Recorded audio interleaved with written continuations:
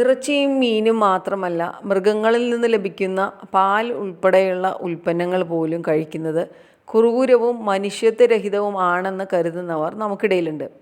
മത്സ്യം, ഇറച്ചി, മുട്ട, പാലുൽപ്പന്നങ്ങൾ, തേൻ ഇവയൊന്നും കഴിക്കാത്തവരാണ് വീഗനുകൾ എന്ന് പറയുന്നത്.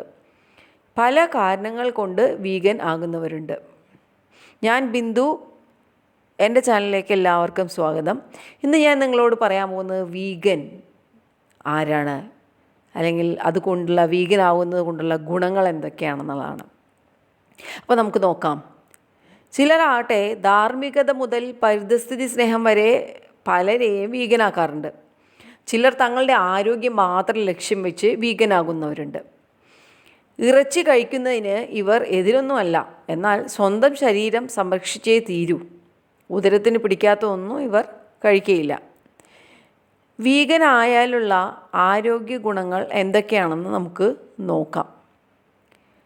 നിങ്ങളൊരു വീഗനാണോ എങ്കിൽ ഭക്ഷണത്തിലൂടെ ധാരാളം പോഷകങ്ങൾ ലഭിക്കും. പഴങ്ങളും പച്ചക്കറികളും കഴിക്കുന്നതോടൊപ്പം തന്നെ അണ്ടിപ്പരിപ്പ്, പയർ, പരിപ്പ് വർഗ്ഗങ്ങളും കഴിക്കണം. സസ്യഭക്ഷണം മാത്രം കഴിച്ചാൽ ശരീരത്തിന് ആവശ്യമായ പല പോഷകങ്ങളും ലഭിക്കുമോ എന്നൊരു സംശയം ഉണ്ട്. പ്രോട്ടീൻ, ജീവകം B12, കാൽസ്യം, ചില ഫാറ്റി ആസിഡുകൾ ഇവയൊക്കെ എവിടുന്ന് ലഭിക്കും? ഇവയ്ക്കെല്ലാം പകരക്കാരൻ ഉണ്ടോ? ഉദാഹരണത്തിന് അണ്ടിപ്പരിപ്പ് ഫാറ്റി ആസിഡുകളുടെയും സിങ്കിൻ്റെയും ഉറവിടമാണ്. പയർവർഗ്ഗങ്ങളിൽ നിന്നും ബീൻസിൽ നിന്നും ജീവകം B12ഉം പ്രോട്ടീനും ലഭിക്കും. കാൽസ്യം ലഭിക്കാൻ പച്ച നിറത്തിലുള്ള ഇലക്കറികൾ കഴിച്ചാൽ മതി.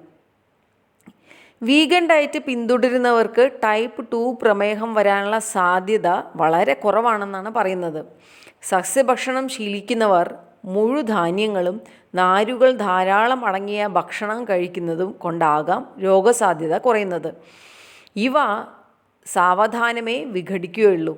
രക്തത്തിലെ പഞ്ചസാരയുടെയും ഇറച്ചി അധികം കഴിക്കുന്നത് ശരീരത്തിന് ഒട്ടും നല്ലതല്ല. വീഗൻ ഡയറ്റ് പിന്തുടരുന്നവരിൽ വൃക്ക തകരാറ് ഉണ്ടാകാനുള്ള സാധ്യത വളരെ കുറവാണ്. സസ്യപ്രോട്ടീനുകൾ അവയവങ്ങളെ ആരോഗ്യമുള്ളതാക്കുന്നു, പ്രത്യേകിച്ച് കരളിനെയും വൃക്കയെയും. ഭക്ഷണശീലങ്ങൾ അർബുദത്തിന് കാരണമാകുന്നു എന്ന് ലോകാരോഗ്യ സംഘടന തന്നെ പറയുന്നുണ്ട്. ജീവിതശൈലി മാറ്റിയാൽ തന്നെ രോഗസാധ്യത പകുതി കുറയും. വീഗൻ ഡയറ്റ് ശീലിക്കുന്നവർക്ക് ഇതിനൊരു പരിഹാരമാണ്. പയർവർഗ്ഗങ്ങൾ കഴിച്ചാൽ വൻകുടലിനെയും മലാശയത്തെയും ബാധിക്കുന്ന അർബുദം വരാനുള്ള സാധ്യത വളരെ കുറയുമെന്നാണ് പഠനങ്ങൾ പറയുന്നത്. ഏതുതരം അർബുദ സാധ്യതയും 15% കുറയ്ക്കുവാൻ പഴങ്ങളും പച്ചക്കറികളും ഭക്ഷണത്തിൽ ഉൾപ്പെടുത്തിയാൽ മതി. സോയ ഉൽപ്പന്നങ്ങൾ ശീലമാക്കിയാൽ സ്തനാർബുദ സാധ്യത കുറയും. പ്രോസസ് ചെയ്ത ഇറച്ചി, സ്മോക്ഡ് മീറ്റ്, ഉയർന്ന താപനിലയിൽ വേവിച്ച ഇറച്ചി ഇവയെല്ലാം അർബുദത്തിന് കാരണമാകും. പാലുൽപ്പന്നങ്ങളും പ്രോസ്ട്രേറ്റ് അർബുദത്തിന് കാരണമാകാറുണ്ട്. വീഗൻ ജീവിത രീതി പിന്തുടർന്നാൽ അർബുദ സാധ്യത കുറയ്ക്കാമെന്നാണ് പറയുന്നത്. സന്ധിവാത ലക്ഷണങ്ങൾ കുറയ്ക്കാൻ വീഗൻ ഭക്ഷണരീതി സഹായിക്കുന്നു. ഇത് ശീലമാക്കുമ്പോൾ നല്ല ബാക്ടീരിയയുടെ അളവുകൾ കൂടും. ഇത് ശരീരത്തിൽ വീക്കമുണ്ടാക്കുന്ന ചീത്ത ബാക്ടീരിയയോട് പൊരുതാൻ സഹായിക്കും. ഇറച്ചി അധികം കഴിക്കുന്നത് പൂരിത കൊഴുപ്പിൻ്റെ അളവ് കൂട്ടും. ഇത് രക്തസമ്മർദ്ദം, കൊളസ്ട്രോൾ ഇവ കൂടാനും ഹൃദയത്തിന് കൂടുതൽ സമ്മർദ്ദമുണ്ടാകാനും കാരണമാകും. വീഗൻ ഭക്ഷണം കഴിക്കുന്നവർ ഹൃദയത്തിന് ആരോഗ്യമേകുന്ന മുഴുധാന്യങ്ങൾ, അണ്ടിപ്പരിപ്പുകൾ, പച്ചക്കറികൾ ഇവയാണ് കഴിക്കുന്നത്. ഇത് ഹൃദയപേശികളെ ആരോഗ്യമുള്ളതാക്കുന്നു. ശരീരഭാരം കൂടുതലാണെങ്കിൽ മൃഗ ഉൽപ്പന്നങ്ങൾ കഴിവതും കുറച്ചോളൂ. കൊഴുപ്പും കാലറിയും കൂടുതൽ അടങ്ങിയിട്ടുള്ളതാണ് ഇറച്ചി, പാലുൽപ്പന്നങ്ങൾ ഇവയെല്ലാം. ഇത് ഒഴിവാക്കുന്നത് നല്ലതാണ്. സസ്യഭക്ഷണം കാലറി കുറഞ്ഞതാകിയാൽ കൂടുതൽ കഴിക്കുകയും ആവാം. ഇറച്ചിയും മീനും കഴിക്കുന്നവരെക്കാൾ മികച്ച ഫിറ്റ്നസ് വീഗനുകൾക്കാണ്.